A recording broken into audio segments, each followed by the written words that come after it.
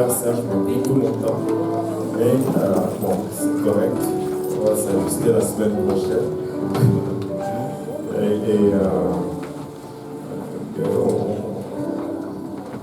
Nombre chapitre 11, on va lire le 6 premiers versets.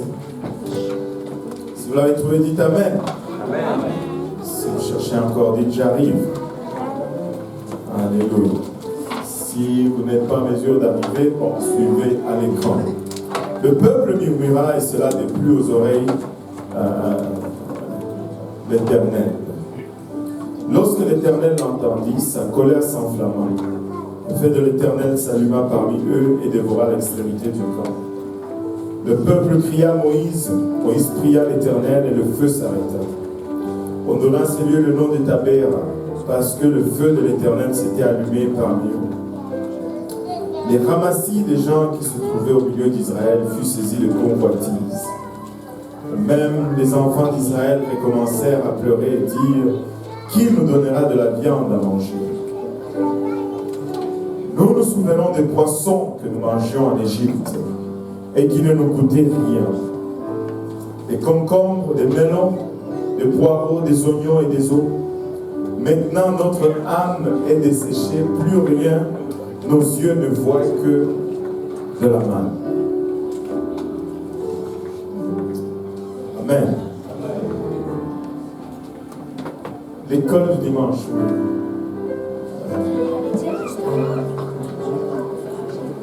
L'école du dimanche. Oui, l'école du dimanche, ils peuvent descendre dans leur classe.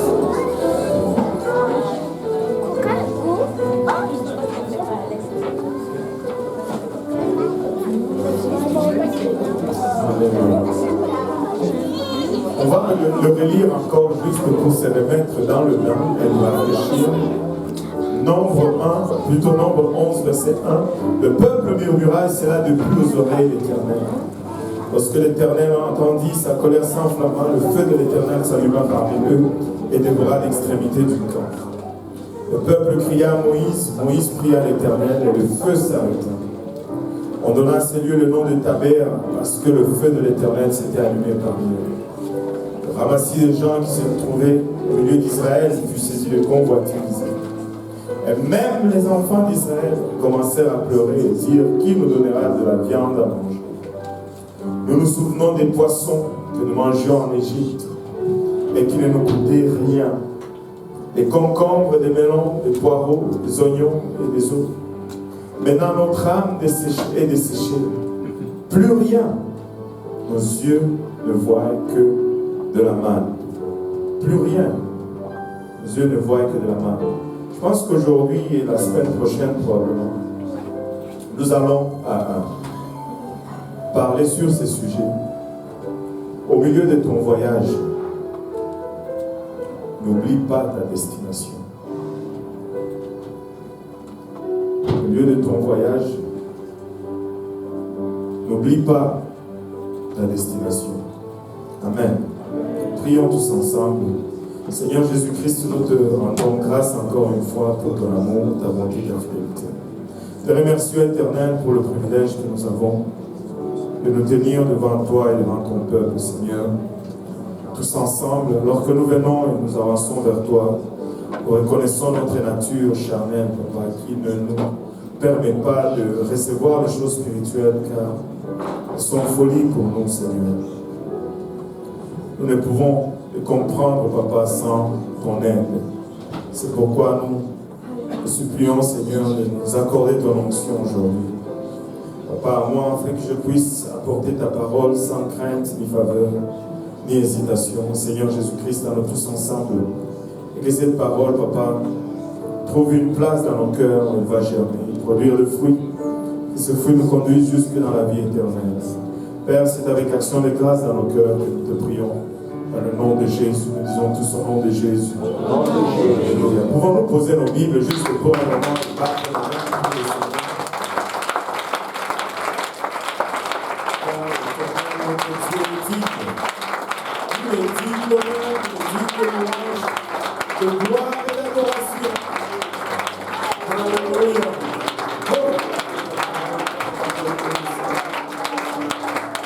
Gloire au nom de Jésus. Gloire au nom de Jésus. Vous pouvez vous asseoir dans la présence du Seigneur. Et j'ai oublié aussi une autre petite nouvelle. Je pense que dans 5 à 6 semaines, nous allons avoir notre chair. Je ne sais pas pour vous, mais je suis très content. Nous allons pouvoir avoir notre chair. Amen. Quelqu'un m'a interpellé, m'a dit, mais juste après qu'on nous ait prêché sur crois seulement, comment il a dit, arrête de compter, commence à croire. Donc j'ai arrêté de compter, j'ai commencé à croire. Je suis rentré dans l'église et puis une madame anglophone m'a accosté, m'a dit, est-ce qu'il y a une raison pourquoi il n'y a pas de chair à l'église de l'Est? Je dis, c'est pas parce qu'il y a une raison, peut-être qu'il y en a une, mais peut-être qu'il y en a plusieurs. Mais c'est parce qu'on est, il y a plein de choses qu'on est en train de faire en même temps, donc on essaie de faire des priorités, blablabla. Et puis elle me dit, ça coûte combien une chair? J'ai dit, ça dépend. Il faut compter au moins $2000 américains si tu veux avoir une bonne vie. C'est ça. Et ça dépend si tu l'as fait faire ou. Elle a dit, j'ai $1000 pour la chair. J'ai dit que l'Éternel bénisse ton âme.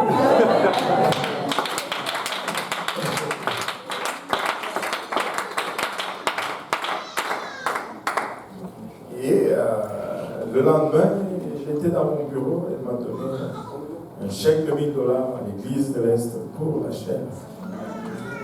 Et j'ai arrêté de compter. Là, je crois au Seigneur pour le reste. Alléluia. Le Seigneur est bon. Alléluia. Il est extraordinaire. Vous êtes-vous retrouvés déjà une fois en train d'aller quelque part où vous sortez du salon, vous allez dans la chambre, puis vous arrivez au milieu de la chambre, vous ne savez plus ce que vous êtes allé chercher. Oh boy, à ce point-là, chaque jour, oh boy, je pensais que j'avais un problème, mais ça me rassure. Tu quittes la chambre, tu vas au salon et tu arrives à dire, mais qu'est-ce que je suis venu chercher au fait? Et là, tu oublies ce que tu étais allé chercher. C'est une sensation bizarre. Des fois, nous nous mettons en route et nous oublions pourquoi nous sommes en route.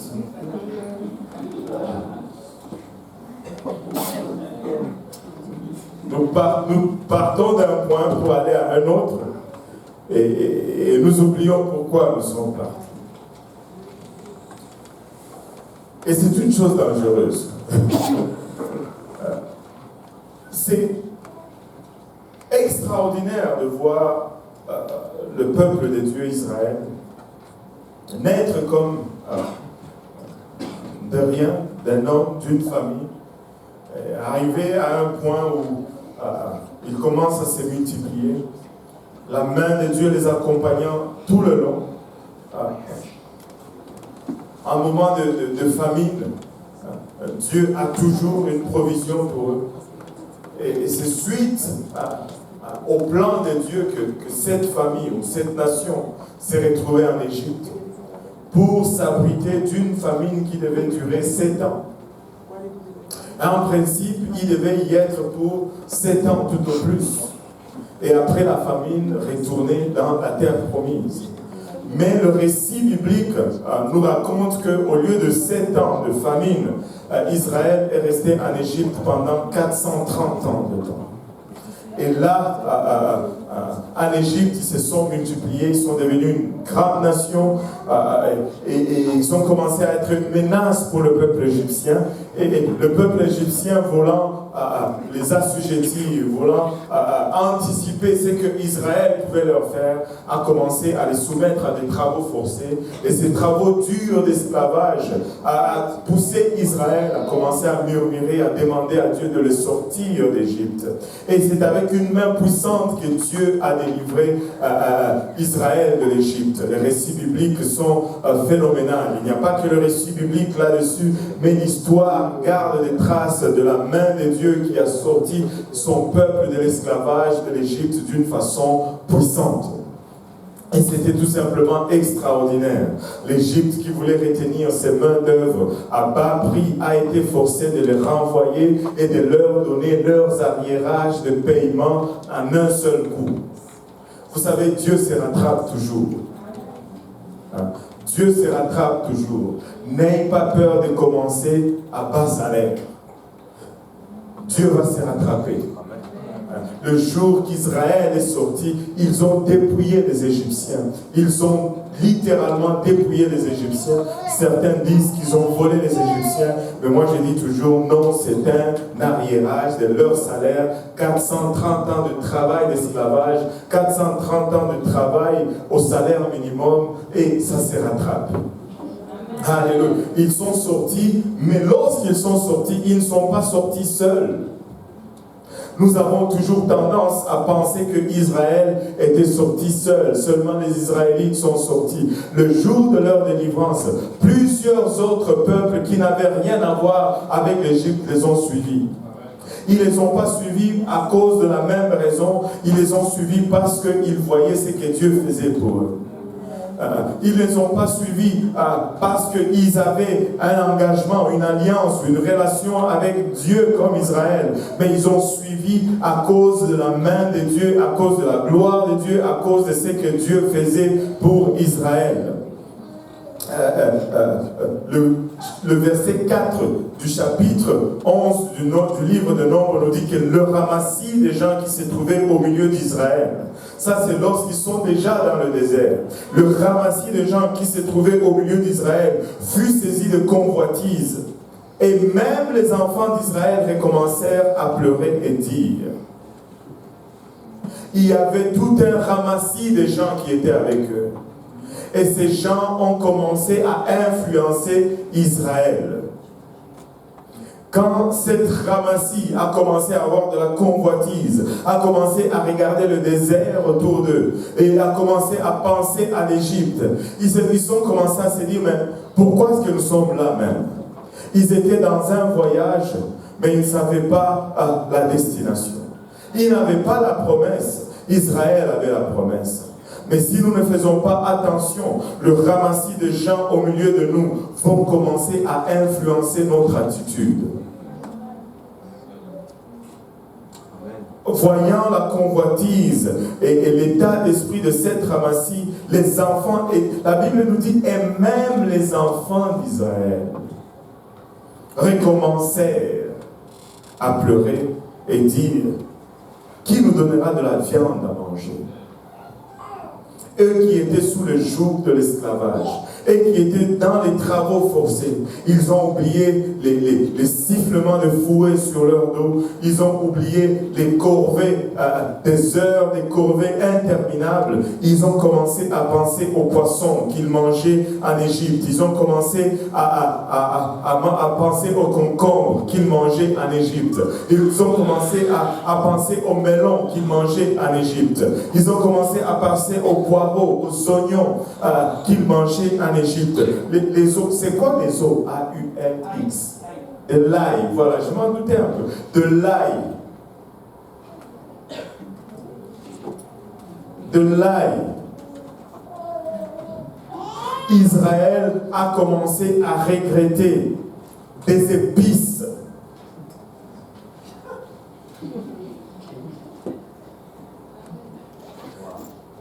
Ils ont commencé à remettre leur délivrance, cette puissante délivrance, à cause des épices. Vous savez, Dieu nous a délivrés de plusieurs choses. Certains, je ne dirais pas certains, si vous m'aviez croisé avant que Dieu ne me croise, Peut-être que vous auriez changé de trottoir lorsque nous nous croisons sur la. Dieu nous a délivrés de plusieurs choses. Mais des fois, nous oublions notre destination. Des fois, nous oublions pourquoi nous sommes dans le voyage. Nous commençons à regarder en arrière. Nous commençons à regarder, à regretter des épices. Nous commençons à regarder, à regretter les concombres.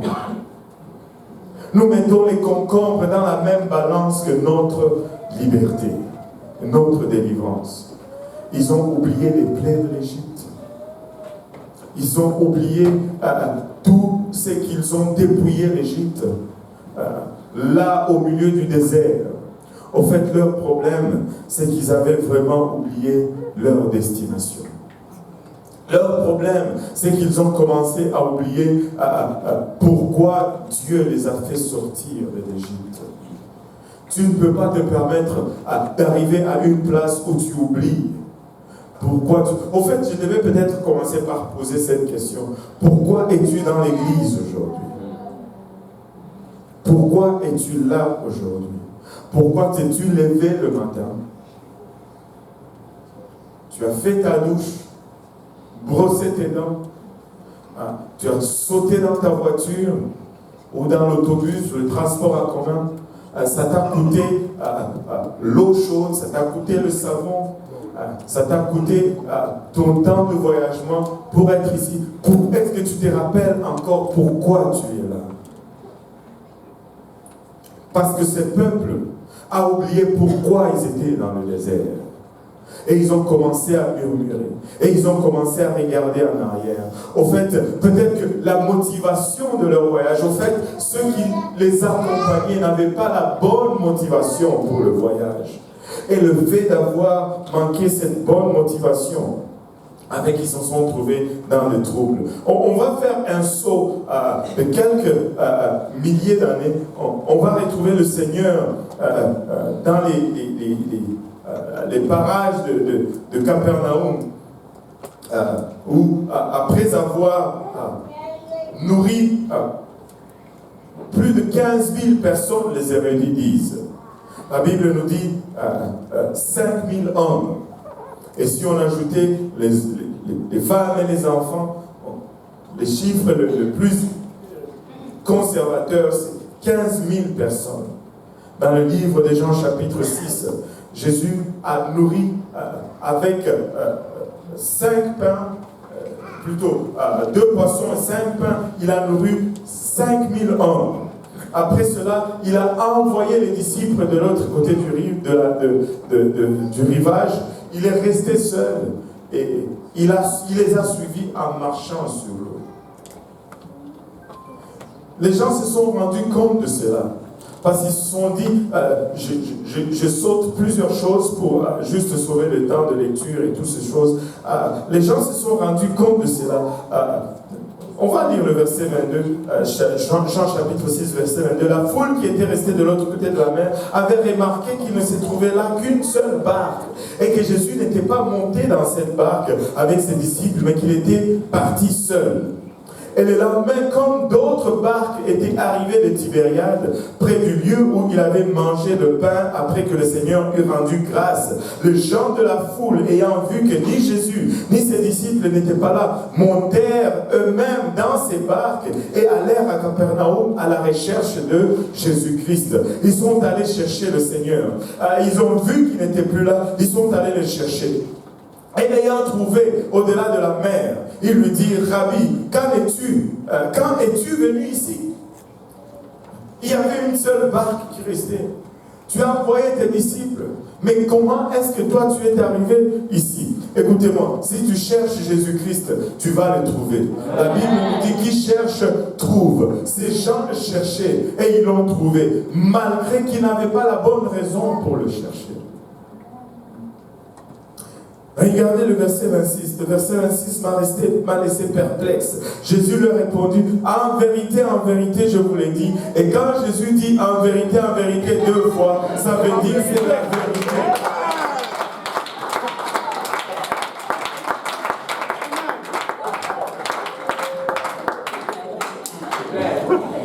veut dire c'est la vérité. Et il dit, en vérité, je vous l'ai dit, vous me cherchez, non pas parce que vous avez vu des miracles. Wow! Même le miracle n'était pas le sujet de leur intérêt. Mais parce que vous avez mangé de pain et que vous avez été rassasiés. Ils cherchaient Jésus parce qu'ils voulaient tout simplement manger gratos.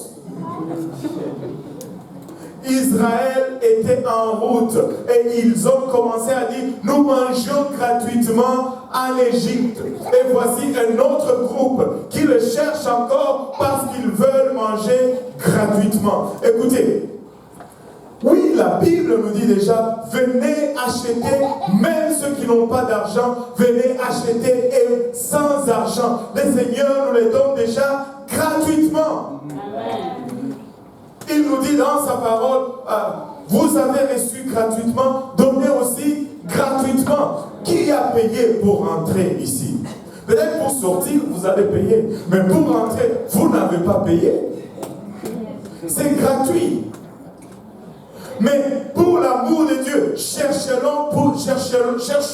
pour la bonne raison. Cherchons-le pour ce qu'il a de mieux à offrir. Laissez-moi vous dire que le Seigneur a mieux à offrir que le poisson. Le Seigneur a mieux à offrir que l'ail. Alléluia, le Seigneur a mieux à offrir que le poireau, que le concombre, que les épices. Le Seigneur a une promesse. Au milieu de notre voyage, n'oublions pas notre destination. Au milieu de notre voyage, n'oublions pas notre destination. Nous sommes dans un voyage et certains d'entre nous sommes partis avec excitation. Nous regardons ce que le Seigneur a fait pour nous. Nous regardons de quelle façon puissante il nous a délivrés. Il nous a transformés. Certains d'entre nous, nous ne ressemblons à rien à ce que nous ressemblions lorsque nous sommes venus au Seigneur. Des fois, on te montre même ta photo, tu ne te reconnais pas, tellement que le Seigneur t'a transformé.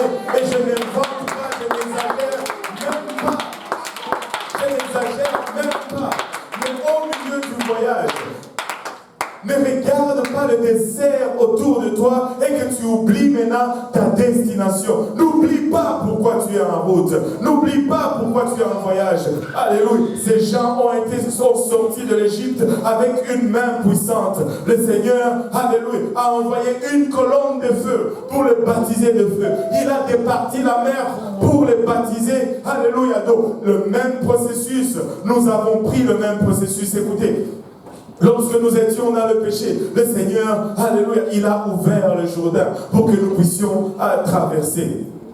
Nous sommes sauvés par l'évangile. Et l'évangile, alléluia, c'est la mort, l'ensevelissement et la résurrection de Jésus-Christ que nous appliquons dans notre vie par notre repentance. Alléluia, un jour, nous avons dit, nous en avons assez avec l'Égypte. Nous en avons assez avec le monde. Nous avons commencé à crier au Seigneur. Et le Seigneur n'a pas envoyé un Moïse. Il est venu lui-même pour te chercher. Il est venu peut-être sous la forme d'un Achille. Il y a quelqu'un qui m'a raconté sa conversion hier. Ils étaient à l'université et quelqu'un est venu le voir. Est-ce que tu connais un certain Achille? Achille? Non, je ne connais pas. Et quelques jours après, il y avait Achille, il y avait Lionel, il n'y avait pas Achille, il y avait Achille, il y avait Lionel, il y avait Abou. Et la parole de Dieu a été prêchée. Alléluia. Je sais qu'est-ce qu'ils ont prêché. Ils ont prêché la mort, l'ensevelissement et la résurrection de Jésus-Christ. Ils ont prêché la repentance, le baptême d'eau au nom de Jésus-Christ et le baptême du Saint-Esprit. Et la vie de la personne a commencé à changer. Et cette personne est venue et elle a traversé le Jourdain. Alléluia. Oh.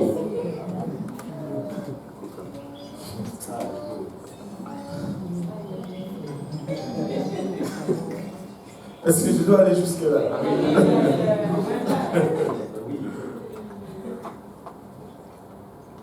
Et cette personne est maintenant promise à ce frère.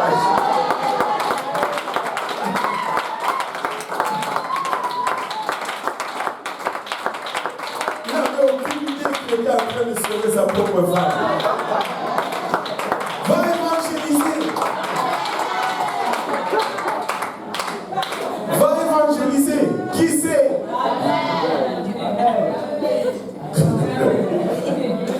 Alléluia.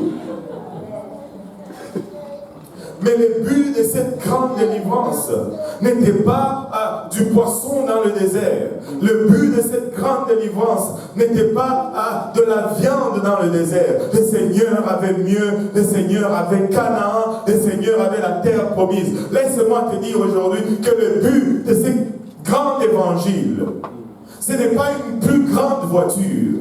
Le but de cette puissant évangile, ce n'est pas que tu manges du steak chaque jour. Le Seigneur a une meilleure promesse pour toi.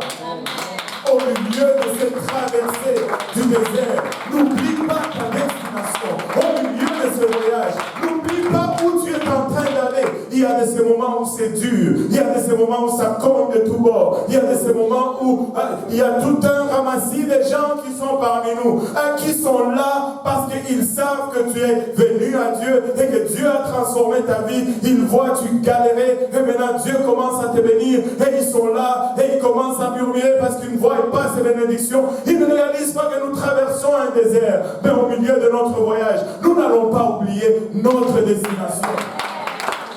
Nous n'allons pas oublier notre destination. Dieu ne nous a pas sauvés, alléluia, pour la viande ni le poireau. Dieu nous a sauvés pour que nous puissions hériter d'une vie éternelle. Amen. D'une vie éternelle. Nous sommes en voyage, nous sommes des pèlerins. Ils ont cherché Jésus-Christ parce qu'ils ont mangé du pain. Et laissez-moi vous dire, le Seigneur ne leur a pas dit seulement, il y a encore du pain. Il dit, vous, mais parce que vous avez mangé de pain et que vous êtes rassasiés, travaillez non pour la nourriture qui périt, mais pour celle qui subsiste pour la vie éternelle, et que le Fils de l'homme vous donnera, car c'est lui que le Père, que Dieu a marqué de son sceau. Il lui dit, que devons-nous faire pour faire les œuvres de Dieu? Jésus leur répondit, l'œuvre de Dieu, c'est que vous croyez en celui qui l'a envoyé. Amen. Qu'est-ce que ça veut dire croire en celui qui l'a envoyé? Écoutez, si je suis ici et que je criais au feu, au feu, il y en a même qui rigolent. Mais je vous promets que si ces gens croyaient qu'il y avait le feu à la bâtisse, ils allaient être le premier à la porte. Croire. Au feu, vous allez sortir. Vous allez même oublier le pasteur. La bâtisse va prendre feu. Elle va être en train de s'écrouler. Il n'y a pas l'eau dans le baptistère. Pas de place de refuge pour le pasteur. Et après, oh, où est le pasteur? Oh non. Si tu crois, tu vas t'échapper. Si tu crois, tu vas chercher à fuir. Mais si tu es assis encore là, c'est parce que tu ne crois pas. Maintenant, si tu crois ce que Jésus a déclaré, tu vas également faire quelque chose. La croyance n'est pas une assertion mentale. La croyance est la mise en application de l'évangile de Jésus-Christ. Jésus-Christ est venu, il est mort, il a été enseveli et il est ressuscité pour nous. Mais comment est-ce que je crois en cela? Je crois en cela quand je me répands de mes péchés. Si j'ai cru, je vais faire une repentance. C'est ce que Jacques nous dit, montre-moi ta foi sans les œuvres, moi je te montrerai ma foi par mes œuvres. Il ne veut pas parler de puissance ou de démonstration, non. L'œuvre c'est l'obéissance, ce que tu fais après avoir entendu l'évangile. Si tu as cru, tu vas faire quelque chose. Ce n'est que dans cette ère moderne où on a dissocié la croyance de l'action, où la croyance est réduite à une assertion mentale. Mais du temps biblique, la croyance n'était jamais dissociée de l'action.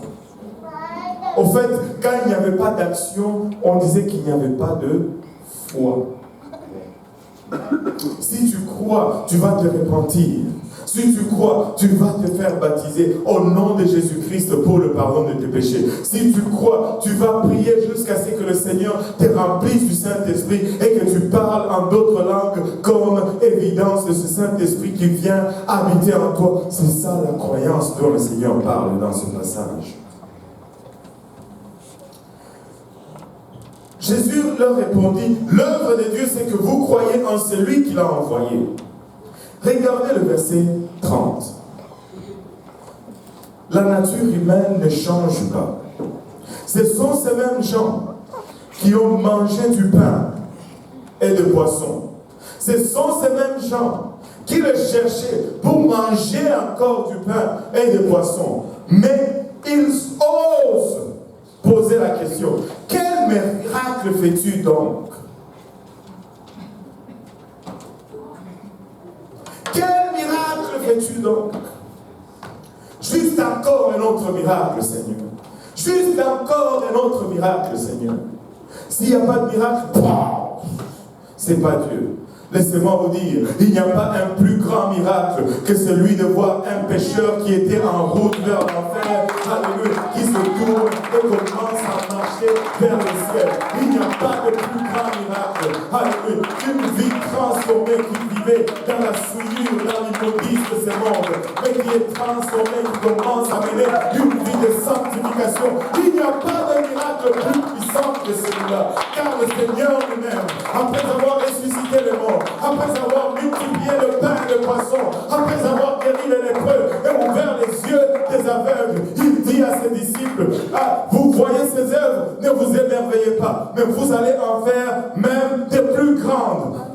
Il dit, celui qui croit en moi ne fera pas non seulement ces œuvres que j'ai faites, mais il en fera des plus grandes. Mais là, quelle est cette œuvre plus grande que les apôtres ont fait? Quelle est cette œuvre plus grande que ces gens qui suivaient Jésus-Christ ont fait? Quelle est cette œuvre plus grande que vous et moi qui croyons en lui puissions faire? Alléluia, laissez-moi vous dire qu'une œuvre plus grande que nous puissions faire, alléluia, c'est une œuvre qui va durer l'éternité. Et la seule œuvre qui va durer une éternité, c'est une vie transformée. C'est une vie, alléluia, de pécheurs qui rencontrent la récompense. Tu peux ressusciter de mort aujourd'hui, mais si tu ne te répands pas et que tu ne réveilles pas Christ dans les jours du matin, tu vas mourir et tu vas aller en enfer. C'est un miracle qui a une fin. Tu peux être guéri du cancer aujourd'hui. Tu sais ce que ça fait tout simplement? Ça retarde ta mort. Parce qu'éventuellement, tu vas mourir. Si ce n'est pas de cancer, c'est de vieillesse. Si ce n'est pas de vieillesse, c'est de soucis. D'une façon ou d'une autre, tu vas éventuellement mourir. Mais c'est lui qui croit en Jésus-Christ, c'est lui qui a reçu, alléluia, l'esprit de celui qui a ressuscité Christ, même s'il mourait, alléluia, ce jour-là, au son de la trompette, il va revenir à la vie. Et cette œuvre est l'œuvre plus grande, est l'œuvre plus grande. Au milieu de notre voyage, n'oublions pas notre destination. N'oublions pas notre destination. Quel miracle fais-tu donc, lui dirent-ils, afin que nous le voyions et que nous croyions en toi? Que fais-tu après avoir mangé son pain, après avoir mangé son poisson? Et si nous ne faisons pas attention, nous pouvons arriver à ces points-là, où le Seigneur a le salut pour nous, mais parce que nous n'avons pas la provision que nous désirons, pas que nous avons besoin. Non, écoute, j'entends des fois des gens dire des choses insensées qui frôlent l'abomination. Oh, si le Seigneur ne fait pas ceci, moi je ne veux pas le servir. Tu es fou. C'est lui qui a la vie éternelle. Écoutez, Job le dit de cette façon, même s'il me tuait, je lui ferai malgré cela confiance. Même si le Seigneur ne me ne me donne pas. Il m'a déjà donné la vie éternelle. Même s'il ne me guérit pas, j'ai le souffle et l'espérance de la vie éternelle en moi et cela me suffit. Je sais où je suis en train d'aller. Je connais ma destination. Mes yeux sont fixés sur Canaan. Mes yeux sont fixés sur la nouvelle Jérusalem. Qu'au milieu de ton désert, tu n'oublies pas ta destination finale. On a une destination finale.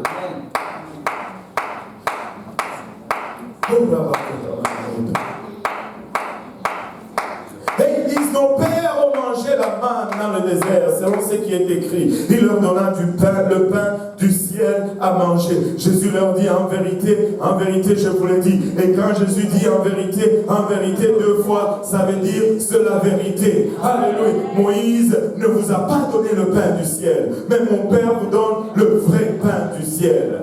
Écoutez, hors de Jésus-Christ, il n'y a rien. Il est incomparable. Il est inégalable. Il est insondable. Lorsque tu as Jésus-Christ, tu as tout ce dont tu as besoin. Amen. Alléluia. Car le pain de Dieu, c'est celui qui descend du ciel et qui donne la vie au monde. Aujourd'hui, alléluia, nous étions morts à nos offenses, la Bible nous dit.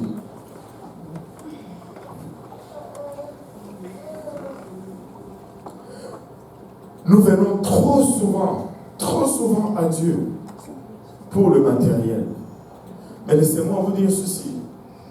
Le matériel est temporaire. Tout ce qui est visible est temporaire. Mais l'invisible est éternel. Nous sommes tellement emprisonnés dans notre vie matérielle que même les notions spirituelles sont interprétées pour convenir à nos convoitises charnelles. Quand le Seigneur dit l'Esprit de l'Éternel est sur moi, il m'a envoyé pour libérer les... On n'a pas de problème avec cela. Personne ne va remettre en question que c'est spirituel. Pourquoi est-ce qu'il va commencer avec le spirituel et finir avec le charnel? Ouvrir les yeux des aveugles. Vous pensez que c'est ceux qui font miracle dont il parle? Non. Une fois j'étais aveugle, mais maintenant je vois. C'est pas physique, c'est spirituel. Il n'a pas commencé avec le spirituel pour finir avec le physique.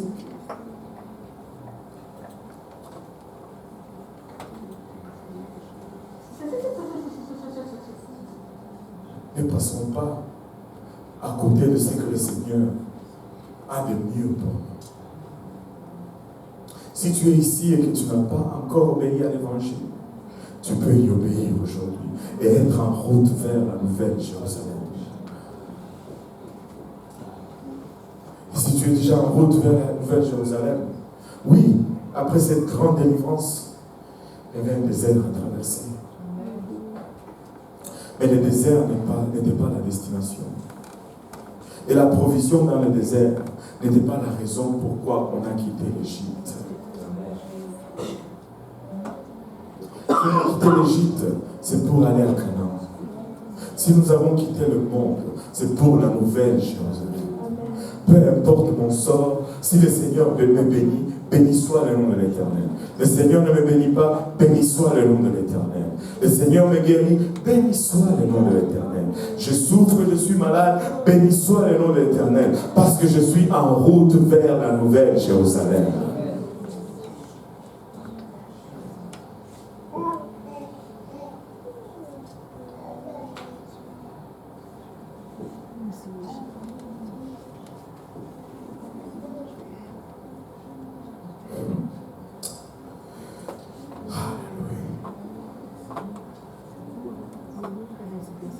C'est des fois nous partons. Mais nous devons examiner la motivation de notre voyage. Pourquoi suis-je là? Suis-je là juste pour avoir un temps? Suis-je là juste pour accompagner les rachetés et jouir de la bénédiction de Dieu alors qu'il fait tomber de la manne sur le peuple qu'il a fait sortir? Écoutez, ceux qui ont suivi Israël, ils mangeaient aussi de la même manne que Dieu faisait tomber. Non pas parce qu'ils avaient une relation avec Dieu. Alors, n'essaye même pas de juger ta marche avec Dieu à cause de la bénédiction qui tombe dans ta vie. Ça n'a rien à voir. Peut-être que tu es en train juste de ramasser le reste parce que Dieu voulait faire tomber sur son enfant qui est à côté. Dieu voulait nourrir ses enfants. Mais cette multitude qui était parmi eux mangeait la même manne. Mais parce que leur voyage n'avait pas la même motivation, cette manne est devenue, comment on dit? Ça a commencé à tourner le cœur. On mange tout le temps la même chose. Tout le temps la même chose. Je ne comprends même pas pourquoi les gens se plaignent comme ça. Mais c'est vrai que nous mangeons tout le temps la même chose.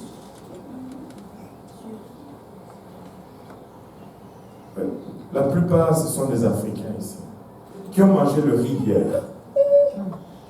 Qui ont mangé le riz hier. Qui ont mangé le riz avant-hier. Qui ont mangé le riz avant-hier. Qui vont manger le riz aujourd'hui? C'est la même chose.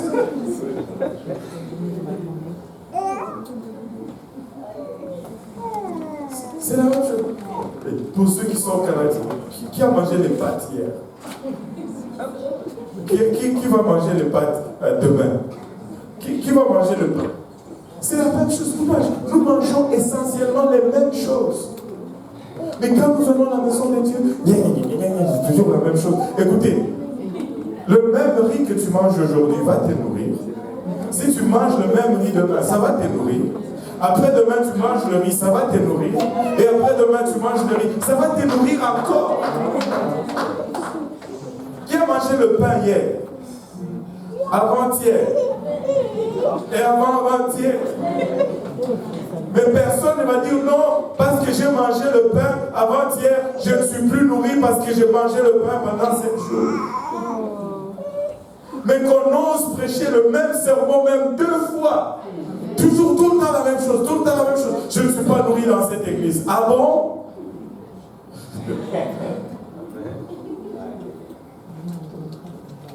Et tu rentres à la maison, tu manges le même repas que tu as mangé hier.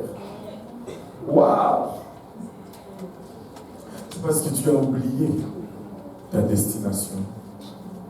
Et à chaque fois qu'on me prêche l'évangile, ça me rappelle mon voyage. Ça me rappelle où je suis en train d'aller. Ça me rappelle ma destination. Ça me fait oublier le désert autour de moi. Oui, c'est un désert.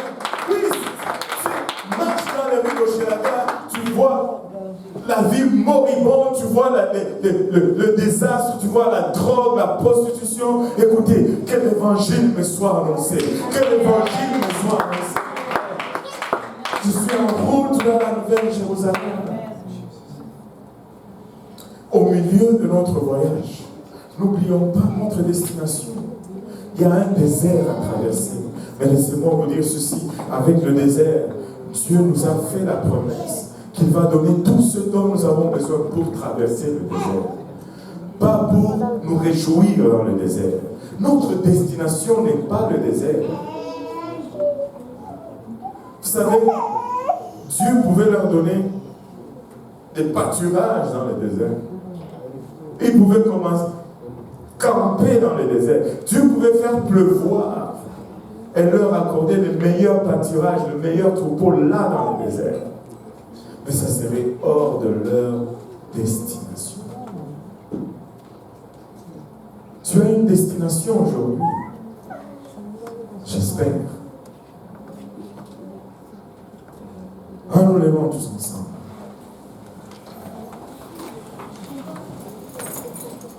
Tu n'as pas été sauvé pour le monde. Tu as été sauvé pour la nouvelle Jérusalem. Pose donc ton regard sur ce que Dieu a de meilleur pour toi. Des fois, les temps sont durs. Des fois, l'eau manque dans le désert. Mais ce n'est pas le temps de l'eau. C'est le temps juste de se rappeler que ce lieu est passager. Des fois, on mange la même chose dans le désert. Et laisse-moi vous dire, cette même chose va me nourrir encore et encore et encore et encore. Je n'ai jamais entendu quelqu'un dire, oh, le pain commence à m'élever le cœur. Je peux manger une baguette aujourd'hui. Je peux manger une baguette demain. Je peux manger une baguette après-demain. Même 2 semaines après avoir mangé ma baguette, chaque jour, je laisse ma baguette sur le comptoir, quelqu'un d'autre la mange, je suis fâché. J'ai mangé ma baguette.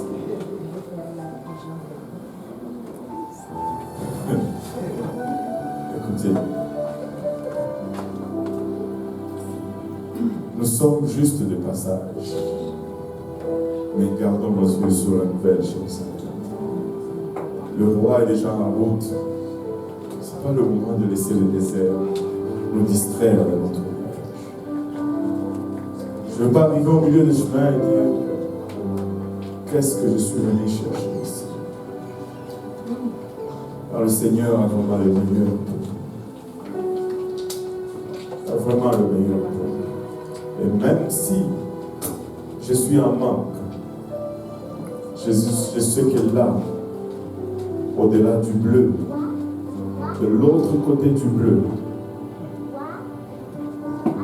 il y a des choses qu'on ne peut même pas mentionner, que le Seigneur a préparées pour vous. Si vous êtes là et que vous n'avez pas encore obéi à l'évangile, qui est la mort, l'ensevelissement et la résurrection de Jésus-Christ, vous pouvez le faire aujourd'hui. Et si vraiment orientez votre boussole sur cette nouvelle Jérusalem, source d'espoir pour vous tous, vous pouvez vous repentir de vos péchés en ces lieux. Au fait, nous allons faire exactement cela. Nous allons tous fermer nos yeux. Nous allons tous baisser nos têtes. Alléluia. Merci Seigneur. Père Céleste, nous voici encore une fois, Seigneur Jésus-Christ, devant, Papa, les faits de notre réalité, l'état d'être, Papa, de notre personne, de notre quotidien, Seigneur. Nous réalisons que nous sommes pécheurs, que nous sommes privés de ta gloire, Seigneur. Ta parole déclare que tu as cherché sur toute la terre si tu peux trouver juste un seul juste. Tu n'as même pas trouvé un seul, Seigneur. Papa, en reconnaissant cela, nous venons humblement devant toi. Papa, tête baissée, demander sincèrement pardon, Seigneur. Pardonne-nous, Seigneur Jésus-Christ. Nos écarts, nous avons péché contre toi et toi seul, de sorte que tu es toujours juste dans ta sentence. Père, étends ta main sur nous maintenant. Lave-nous de toute souillure, de la chair, de l'âme et de l'esprit, Seigneur. Nous avons péché contre toi par nos actions, par nos pensées, par l'oubli, Seigneur, parfois, pas par négligence. Des fois même expressement, nous avons péché contre toi et toi seul. De sorte que tu es toujours juste dans tes sentences. Aide-nous, Seigneur Jésus-Christ, de notre propre nature. Nous ne pouvons pas arriver à t'être agréable, Seigneur. Souviens-toi de nous dans ta grâce. Aide-nous aujourd'hui, Seigneur, Papa, alors que nous nous engageons vraiment, Seigneur, à tourner le dos à ce monde, à tourner le dos au péché et à marcher dans ta grâce, Seigneur Jésus-Christ. Et avec ton aide, Papa, nous savons que nous pouvons y arriver. Au nom de Jésus, au nom de Jésus. Alléluia. Au nom de Jésus. Alléluia. Au nom de Jésus. La repentance en elle-même n'est pas le salut. La repentance Ne t'aime pas vers le salut. Parce que le salut n'est pas quelque chose de ponctuel. Le salut, c'est quelque chose d'élastique. En fait, le salut, c'est le mot le plus élastique dans la Bible. Ça n'a jamais été quelque chose de ponctuel. C'est toujours quelque chose de continu. La repentance n'est que le début de cette marche. Après la repentance vient le baptême d'eau au nom de Jésus-Christ. Et si vous êtes là et que vous n'êtes pas encore baptisé au nom du Seigneur Jésus-Christ, vous pouvez l'être. Et après le baptême d'eau au nom de Jésus-Christ, il y a le baptême du Saint-Esprit que l'on obtient avec l'évidence du parler au nom. Et si vous êtes là et que vous n'êtes pas rempli du Saint-Esprit, vous pouvez être rempli du Saint-Esprit en ces lieux aujourd'hui. Amen. Mais même après avoir fait ces 3 étapes de l'évangile, encore notre processus n'est pas fini. La Bible nous dit dans le livre d'Hébreux 12, 14, de chercher la paix avec tous la sanctification, sans laquelle nul ne verra Dieu. Nous devons chercher à marcher dans la sanctification par la suite. Et cela jusqu'à ce que le Seigneur retourne, et jusqu'à ce que nous allons à sa rencontre. Et laissez-moi vous dire qu'il revient très bientôt. Toutes les indications montrent qu'il revient très, très, très bientôt. Et c'est pourquoi la Bible nous conjure en disant que c'est aujourd'hui le jour du salut. Et maintenant, c'est l'heure acceptable. Et si vous entendez sa voix, n'endurcissez pas vos cœurs. On va ouvrir cet hôtel aujourd'hui ici. Nous pouvons juste venir à l'avant, passer du temps, parler au Seigneur, qu'il sonne nos cœurs aujourd'hui. Qu'il nous rappelle de notre destination constamment. Qu'il nous donne le vrai pain de vie. Comme lui seul c'est le car nous ne voulons pas qu'au milieu de notre voyage, nous soyons plus concernés par notre désert, par notre chemin, que nous le sommes de notre destination.